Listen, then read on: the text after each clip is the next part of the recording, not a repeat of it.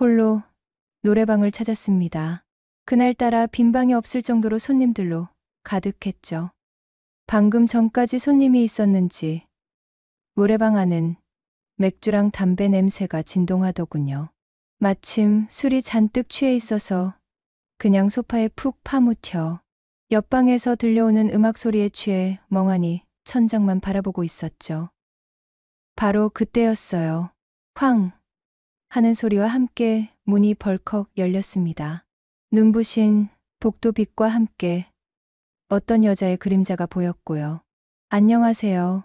술에 취한 목소리였지만 왠지 많이 들어본 목소리였거든요. 여자가 비틀거리며 안으로 들어와 문을 닫자 어두운 조명에 그 얼굴이 드러났어요.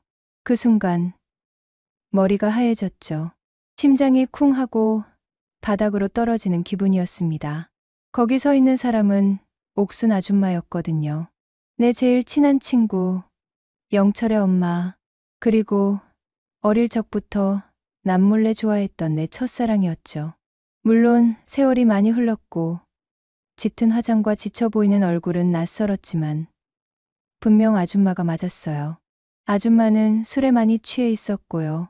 어두운 조명 때문인지 아니면 너무 오랜만이라 그런지 저를 전혀 알아보지 못하더라고요. 어머, 오늘 잘생긴 영계랑 놀게 생겼네. 아줌마는 농염한 미소를 지으며 익숙하다는 듯 제 옆에 털썩 앉았습니다. 돈 아깝단 생각 안 나게 해줄게.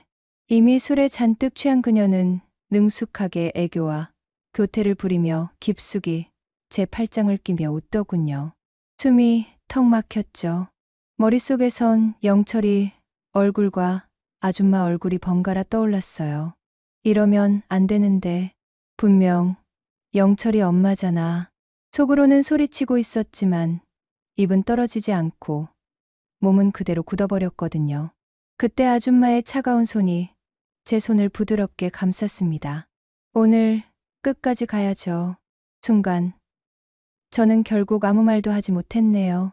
그녀가 내 친구의 엄마라는 사실도, 내가 오랫동안 그녀를 좋아했다는 사실도 전부 입안에 가둬버렸으니까요. 돌이킬 수 없는 잘못의 시작이었습니다. 그날 밤, 그 노래방에서 모든 것이 잘못되기 시작했습니다. 안녕하세요. 저는 올해 37, 건축, 자재 도소매 사업을 하는 박정훈이라고 합니다. 하루의 시작은 언제나 같았어요. 아침 해가 막 떠오르기 전에 창고 문을 열고 커피 한 잔으로 정신을 깨우곤 했죠. 트럭 엔진 소리가 골목 끝에서부터 들리면 본격적인 하루가 시작되는 거였고요. 자재들이 쌓이고 현장에 나갈 물건들을 확인하다 보면 시간은 순식간에 흘러가더군요. 전화벨이 울리고 거래처 사람들과 시시콜콜한 얘기를 주고받다 보면 어느새 해가 기울어 있었어요. 그렇게 해가 뜨고 지는 줄도 모르고 앞만 보고 달려왔습니다. 사업이 자리를 잡고 거래처가 늘고 직원들이 안정되게 일하는 걸 보는 게 인생의 전부인 줄 알았거든요. 돈이 들어오고 통장 잔고가 늘어나는 걸 보면 그게 행복이라고 믿었죠. 하지만 그 믿음은 오래가지 않았습니다.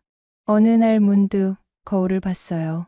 수염을 깎다 무심코 마주친 거울 속 제 얼굴엔 세월이란 놈이 깊고도 단단한 흔적을 남기고 있더군요.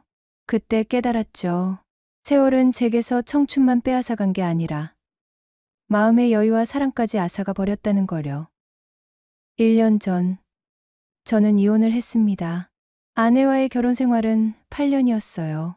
처음엔 누구보다 서로를 믿고 의지했었죠. 제가 사업을 시작할 때 아내는 밤늦게까지 전표를 정리해주고 밥도 제대로 못 먹는 저를 챙겨줬거든요. 그때만 해도 세상에 이런 아내가 또 있을까 싶었네요. 하지만 사업이 점점 커지자 저는 가족보다 일을 우선시하게 됐어요.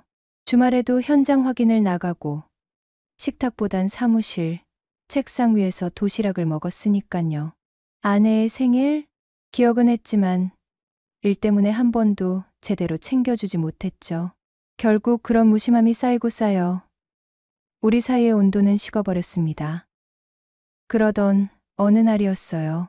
출장을 마치고 늦은 밤 집에 들어가는데 이상하게 집 안이 낯설게 느껴지더라고요. 불은 꺼져 있었고 거실 테이블 위엔 이혼 서류가 놓여 있었죠. 그 아래엔 짧은 메모 한 장. 이제 나도 나답게 살고 싶어요. 그 문장 하나에 지난 세월의 모든 순간이 무너져 내렸습니다. 나중에서야 알게 됐어요. 아내에게 다른 남자가 있었다는 걸요. 유책 배우자는 분명 그녀였거든요. 하지만 이혼 과정에서 저는 오히려 가해자가 되어 있더군요. 당신은 가족보다 일을 택했어요. 그 말 한마디에 변명조차 할 수 없었죠. 이혼 후 집은 너무나 조용했습니다. 누군가 밥 먹는 소리, TV 켜놓은 소리, 물 끓는 소리. 그런 일상의 소음들이 사라지자 세상 전체가 멈춘 것 같았어요. 텅 빈 식탁 앞에 앉아 국 한 숟갈 떠먹는데 그마저 목에 걸려 내려가지 않더군요. 아무리 돈이 많아도 집에 불을 켜줄 사람이 없다는 게 이렇게 고통스러운 일인 줄 몰랐습니다. 그때부터 술을 찾기 시작했죠. 처음엔 혼자 집에서 소주 한 병, 맥주 한 캔이었어요. 그러다 점점 술자리가 늘어나고 혼자 있는 게 힘들어지면 택시를 타고 아무 노래방이나 들어갔거든요. 노래방은 제게 이상한 공간이었어요. 누군가에겐 흥을 푸는 곳이겠지만 제겐 세상과 단절된 작은 피난처였으니깐요. 그날도 어김없이 텅 빈 마음을 채울 곳은 노래방밖에 없었죠. 이혼 후 정막만이 감도는 집이 싫어 퇴근 후면 을에 이곳으로 향했거든요. 축축한 지하 공기와 끈적한 맥주 냄새가 오히려 위안이 되는 처지가 된 지 오래였고요. 그날따라 유독 외로움이 뼈를 파고들더라고요. 나는 망설임 끝에 인터폰을 들고 습관처럼 말했죠. 도우미 한 분만요. 사장님, 오늘은 늦게 오셨네요. 어쩌죠? 오늘은 시간도 늦었고 워낙 바쁜 날이라 사장님이 원하는 도우미가 없어요. 그래요. 그럼 어쩔 수 없죠. 미시라도 불러주세요. 그게요. 30대는 없고 40대 아주머니들 계신데 괜찮으시겠어요? 네. 그냥 불러주세요. 대신 잘 노는 아줌마로 부탁해요. 알겠어요. 믿고 맡기세요. 얼마 지나지 않아 쿵쾅거리는 음악 소리를 찍고 문이 벌컥 열렸어요. 복도에 환한 빛을 등지고 들어선 여인의 실루엣, 진한 화장, 가슴골이 훤히 드러나는 검은색 원피스, 뇌쇄적인 몸짓으로 엉덩이를 흔들며 강 안으로 들어오는 그 여인. 저는 술기운에 흐릿했던 시야를 가늘게 떴죠. 그런데 어딘가 이상했어요. 낯설어야 할 그 모습이 지독하게 익숙했거든요. 심장이 바닥으로 곤두박질 치는 기분이었습니다. 설마 아니겠지. 닮은 사람이겠지. 여자는 잔뜩 취한 걸음으로 다가와 내 옆에 털썩 앉으며 팔짱을 꼈어요. 훅 끼쳐오는 독한 향수와 알코올 냄새에 정신이 아찔해졌죠. 어머, 이렇게 잘생긴 김 사장이 날 불러주다니. 내가 오늘은 운이 좋은가 보네. 긴장 풀어. 누나가 오늘 기분 확실히 풀어줄 테니까.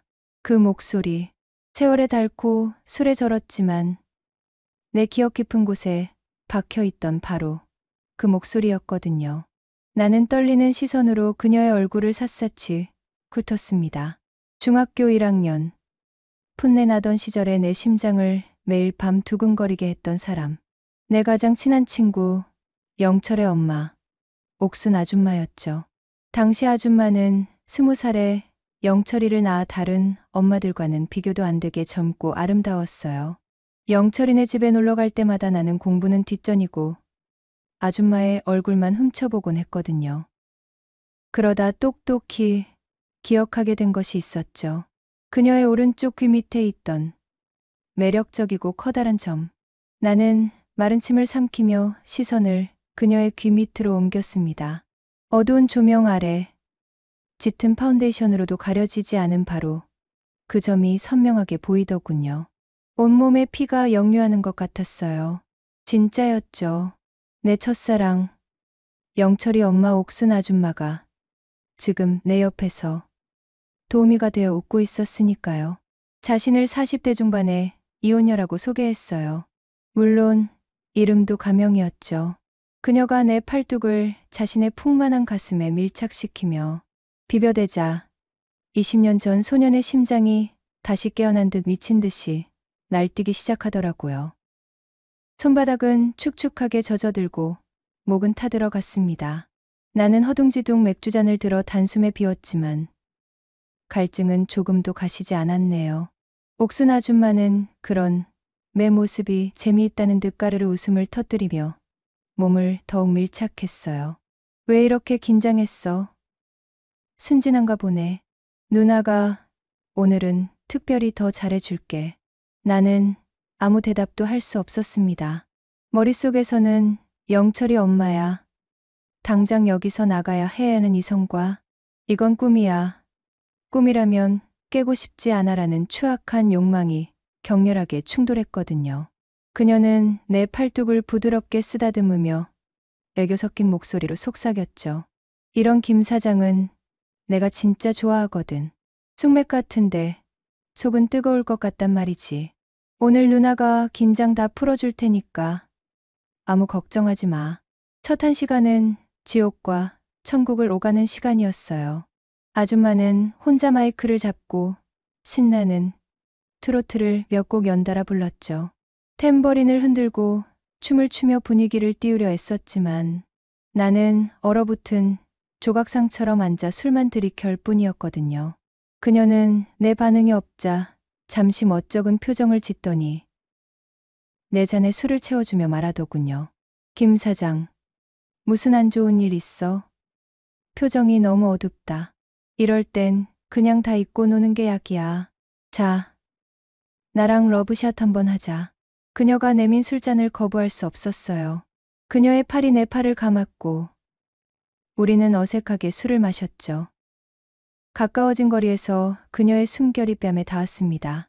젊은 시절의 청초함은 사라졌지만 세월이 빚어낸 농염함이 그 자리를 채우고 있었네요. 나는 취해야만 했어요. 취하지 않고서는 이 상황을 단 1분도 견딜 수 없을 것 같았거든요. 2시간이 지날 무렵 알코올이 마침내 이성의 족쇄를 풀어주기 시작하더라고요. 아줌마가 선곡한 듀엣곡의 전주가 흘러나왔습니다. 그녀는 내 손에 억지로 마이크를 쥐어주었죠. 같이 부르자. 응? 김 사장 목소리 듣고 싶어. 어쩔 수 없이 마이크를 잡았어요. 익숙한 사랑 노래였거든요. 우리는 나란히 앉아 스크린을 보며 노래를 불렀습니다. 내 목소리는 형편없이 떨렸지만 그녀는 내 어깨에 머리를 기대며 부드러운 화음을 넣더군요. 노래의 클라이맥스 부분에서 그녀의 손이 내 손등을 부드럽게 감쌌어요. 그 따뜻하고 부드러운 감촉에 온몸에 전율이 흘렀죠. 나는 더 이상 그녀를 영철이 엄마가 아닌 내 앞에 있는 한 명의 여자로 인식하기 시작했습니다. 이것은 위험한 신호였네요. 노래가 끝나자 그녀는 박수를 치며 좋아했어요. 목소리 너무 좋다. 완전 내 스타일이야. 나는 그 칭찬에 어색하게 웃었죠. 조금씩 긴장이 풀리자 다퉜던 입이 열리기 시작했습니다. 원래 그렇게 노래 잘하세요? 그럼 내가 이 바닥에서 노래로 빠지면 서운하지. 근데 김 사장은 왜 혼자 왔어? 애인한테 차였어? 그런 거 아니에요. 그냥 좀 외로워서. 내 대답에 그녀는 잠시 말이 없었습니다. 그저 내 눈을 지그시 바라볼 뿐이었죠. 술 기운 때문이었을까? 그녀의 눈빛에 순간 슬픔 같은 것이 스쳐 지나가는 것 같았어요. 외롭지 사는 게 다 외로운 거지 뭐. 오늘만큼은 내가 외롭지 않게 해주고 싶네. 그녀는 혼잣말처럼 중얼거리며 내 어깨에 더 깊이 기댔습니다. 우리는 더 이상 말을 섞지 않았어요. 그저 흘러나오는 발라드, 음악에 몸을 맡긴 채 서로의 체온에 의지했죠. 나는 그녀의 머리에서 나는 샴푸 향과 술 냄새를 맡으며 눈을 감았습니다. 20년 전 소년이었던 내가 그토록 바라왔던 순간이 이런 추악하고 기괴한 형태로 이루어지고 있었거든요. 마지막 1시간이 남았을 때 그녀는 리모컨으로 조명을 더욱 어둡게 낮췄어요. 그리고는 아주 느린 템포의 블루스 음악을 틀더군요. 그녀는 자리에서 일어나 내 손을 잡아 끌었습니다. 김 사장, 나랑 춤 한번 추자. 나는 망설였죠. 하지만 그녀의 이끌림에 저항할 수 없었습니다. 우리는 방 중앙의 좁은 공간에서 서로를 마주보고 섰어요. 그녀는 내 목에 팔을 감았고 나는 조심스럽게 그녀의 허리를 감쌌죠. 20년의 세월을 뛰어넘어 내 첫사랑을 품에 안는 순간이었으니까요. 그녀의 몸은 놀랍도록 부드럽고 따뜻했습니다. 우리는 아무 말 없이 음악에 맞춰 아주 느리게 몸을 움직였어요. 그녀의 가슴이 내 가슴에 맞닿았고 그녀의 숨결이 내 귓가를 간지럽혔죠. 어지러웠습니다. 이것이 현실인지 아니면 술이 만들어낸 길고 긴 꿈인지 분간할 수 없었거든요. 죄책감과 황홀감이 뒤섞여 나를 깊은 심연으로 끌어당겼어요. 그녀가 내 귓가에 속삭이더군요. 김 사장 되게 따뜻해서 너무 좋아. 그 목소리에 내 마지막 이성의 끈이 끊어지는 소리가 들렸습니다. 나도 모르게 그녀의 허리를 더 강하게 끌어안았죠. 그녀는 저항하지 않았어요. 오히려 더 깊이 매품으로 파고들었고요. 시간이 30분 정도 남았을 때 그녀가 말했어요. 김 사장, 나랑 2차 갈 거지? 내가 잘해줄 테니 같이 나가자. 2차라는 예상치 못한 질문에 심장이 쿵 내려앉았죠. 그녀의 갑작스러운 도발에 정신이 아찔했거든요. 애써 태어난 척 되물었습니다. 뭐 어떻게 잘해줄 건데. 그녀는 말하더군요. 원하는 건 다 해줄게. 나 어차피 이 시간엔 다른 손님도 없고 퇴근해야 하거든. 그래서 김 사장이 나 끝까지 책임져 주면 안 될까? 책임이라는 단어가 뇌리에 박혔습니다. 그것은 농담처럼 가벼우면서도 거부할 수 없을 만큼 무거운 유혹이었죠. 그녀가 47이라고 했으니 나와는 분명 20살 가까이 차이가 났어요. 그런데 왜 이렇게 속수무책으로 끌리는 걸까? 텅 빈 내 삶에 난데없이 뛰어든 이 젊고 대담한 여자가 뭘 어떻게 잘해줄 것인지 미치도록 궁금해졌거든요. 지난 20년간 잊고 살았던 원초적인 호기심이 온몸의 피를 뜨겁게 달구기 시작했습니다. 나는 말없이 고개를 끄덕였고 그녀의 얼굴에 환한 미소가 번졌어요. 드디어 그녀와 밖으로 나왔죠. 차가운 밤 공기가 훅 휘쳐왔지만 그녀는 내가 혹여 도망이라도 갈까 싶어 내 팔에 깊숙이 팔짱을 끼고 껌딱지처럼 달라붙더라고요. 부드럽고 따뜻한 그녀의 체온이 팔을 통해 고스란히 전해져 왔습니다. 어디로 갈까요? 그녀의 목소리에는 장난기, 어린 기대감이 가득했죠. 난 아무데나 상관없어. 김 사장, 아니, 그쪽 가고 싶은 대로 가. 집 안으로 들어서자마자 그녀는 현관에 서서 감탄하듯 집을 둘러보았어요. 와, 진짜 텅 비었네. 꼭 멋진 모델하우스 같아요. 사람 사는 온기가 하나도 없어. 그녀는 내 마음을 다시 한번 꿰뚫어 보더군요. 그리고 구두를 벗고 내게로 다가와 내 넥타이를 천천히 풀어내렸습니다. 그녀의 눈빛은 이제 오롯이 나만을 향한 욕망으로 이글거리고 있었죠. 그 순간부터 모든 것은 그녀의 리드에 의해 진행되었어요. 그녀는 나를 이끌고 거실 소파에 앉혔습니다. 그리고는 마치 오랫동안 기다려온 무대에 오른 배우처럼 나라는 유일한 관객을 위해 환상적인 공연을 시작했죠. 그녀의 손길이 닿는 곳마다 잠들어 있던 감각들이 예민하게 깨어났어요. 20살의 나이 차이는 아무런 의미가 없었네요. 그녀는 나보다 더 노련했고 더 대담했으며 남자의 외로움이 무엇인지 공허함을 어떻게 채워야 하는지를 본능적으로 아는 여자였거든요. 내 인생의 최고의 여자였습니다. 그날 이후 휴대폰에 저장된 그녀의 번호만 멍하니 들여다보며 하루를 보냈죠. 연락을 해볼까 수십 번도 더 고민했지만 차마 용기가 나지 않았거든요.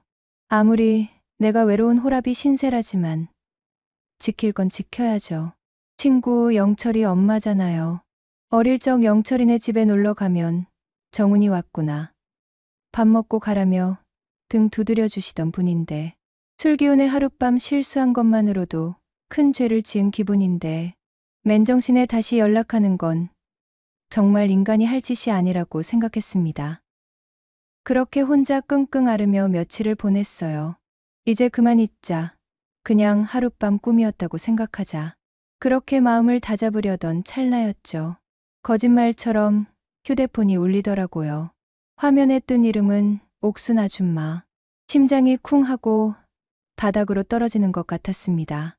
김 사장님, 잘 지내요? 그날 나 정말 좋았어요. 우리 또 볼 수 있을까요? 숨을 제대로 쉴 수가 없었죠. 아줌마한테서 먼저 연락이 올 거라고는 상상도 못했거든요. 물론 속으로는 이거 영업이겠지. 손님 관리하는 거겠지 하고 애써 생각했습니다. 그래야 마음이 편하니까요. 하지만 이미 내 마음은 그런 이성적인 판단을 할 상태가 아니었어요. 10년간 꾹꾹 눌러왔던 외로움이 그 문자 하나에 와르르 무너져 내렸거든요. 누님, 저도 그날 너무 좋았어요. 앞으로 종종 뵐 수 있으면 좋겠네요. 답장을 보내고 나니 이제 돌이킬 수 없다는 생각이 들더군요. 솔직히 그날 밤이 별로였다면 연락처도 지워버렸을 겁니다. 하지만 그날 밤은 제 인생에서 손에 꼽을 만큼 강렬한 기억이었거든요. 10년 만에 처음으로 누군가와 살을 맞대고 사람의 온기를 느꼈던 밤이었으니까요. 게다가 친구 엄마라는 사실이 죄책감을 주면서도 한편으로는 묘한 자극이 되는 것도 사실이었고요. 어릴 적 막연히 동경했던 첫사랑 같기도 하고 노래방에서 만난 도우미 같기도 한 그 아슬아슬한 관계가 자꾸만 저를 끌어당겼습니다. 그날 이후 저는 퇴근 후에 의뢰 그 노래방으로 향했죠. 일주일에 한두 번은 꼭 출근, 도장을 찍었거든요. 노래방 사장님도 이제는 저를 보면 씩 웃으며 말했어요. 왔어요. 김 사장. 오늘도 옥순 누님 찾아. 저는 그냥 하하고 웃으며 안으로 들어갔습니다. 룸에 들어가 앉아 있으면 얼마 지나지 않아 옥순 아줌마가 문을 열고 들어왔죠. 전보다 더 신경 쓴 듯한 옷차림에 은은한 화장까지 하고 말이에요. 장난스럽게 웃으며 자연스럽게 제 옆자리에 앉는 그녀를 보면 하루의 피로가 싹 가시는 기분이었어요. 우리는 노래는 거의 부르지 않았습니다. 그냥 맥주 한두 병 시켜놓고 이런저런 사는 얘기를 나눴죠. 저는 오늘 사무실에서 무슨 일을 했는지, 점심 식사는 뭘 했는지 같은 시시콜콜한 이야기를 했고, 아줌마는 오늘 시장에 갔더니 뭐가 싸더라, 옆집 아줌마랑 무슨 얘기를 했다더라 하면서 맞장구를 쳐주었거든요. 그냥 그렇게 마주 보고 이야기하는 것만으로도 마음이 편안해졌습니다. 그러던 어느 날 아줌마가 제안을 하더군요. 서방님, 맨날 이런 데 와서 돈 쓰지 말고 내가 집으로 반찬이나 좀 해다 줄까? 처음에는 괜찮다고 손사래를 쳤지만 아줌마의 성화에 못 이겨 결국 그러시라고 했어요. 그렇게 옥순 아줌마는 제 삶에 더 깊숙이 들어오기 시작했죠. 주말이면 장을 봐서 저희 집으로 와서는 냉장고를 가득 채워놓고 갔습니다. 멸치볶음, 장조림, 김치찌개. 혼자 살면서는 먹어볼 생각도 못했던 집밥 반찬들이었거든요. 반찬통에는 우리 서방님 많이 먹고 힘내요 같은 귀여운 쪽지도 붙어 있었고요. 집에 와서는 반찬만 해주고 가는 게 아니었어요. 먼지 쌓인 곳을 찾아내 청소를 하고 제 낡은 옷들을 보더니 빨래를 해서 널어놓고 갔죠. 텅 비어있던 제 집에 어느새 사람 사는 온기가 돌기 시작하더라고요. 그녀가 다녀간 날이면 집안 가득 구수한 음식 냄새와 좋은 향기가 났어요. 그게 너무 좋아서 저는 퇴근하고 집에 돌아오는 길이 기다려지기 시작했네요.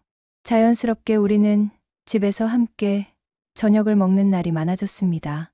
같이 밥을 먹고 소파에 나란히 앉아 텔레비전을 보다가 스르르 잠이 들기도 했죠. 그러다 보면 밤은 깊어지고 우리는 누가 먼저랄 것도 없이 서로를 안고 침실로 향했고요. 하지만 우리는 단 한 번도 사귀자는 말을 한 적이 없어요. 아줌마는 20살이나 차이 나는 나이 때문인지 아니면 자신의 처지 때문인지 늘 조심스러워 했거든요. 저 역시 영철이 엄마라는 사실이 마음 한구석에 무겁게 자리 잡고 있어서 섣불리 관계를 정해 내릴 수가 없었습니다. 그저 우리는 서로가 서로에게 꼭 필요한 사람이라는 걸 느낄 뿐이었죠. 주말이면 같이 가까운 곳으로 드라이브를 가고 맛있는 걸 먹으러 다녔어요. 지금 우리는 연인이라고 하기에도 그렇다고 그냥 아는 사이라고 하기에도 애매한 관계입니다. 하지만 서로를 위하는 마음만큼은 그 어떤 연인 부럽지 않았네요. 그녀는 제 텅 빈 집과 마음을 채워주는 유일한 사람이고 저 역시 그녀의 외로움을 안아줄 수 있는 유일한 사람이니까요. 그렇게 우리는 이름 붙일 수 없는 관계 속에서 서로에게 가장 소중한 사람이 되어 함께 지내고 있습니다.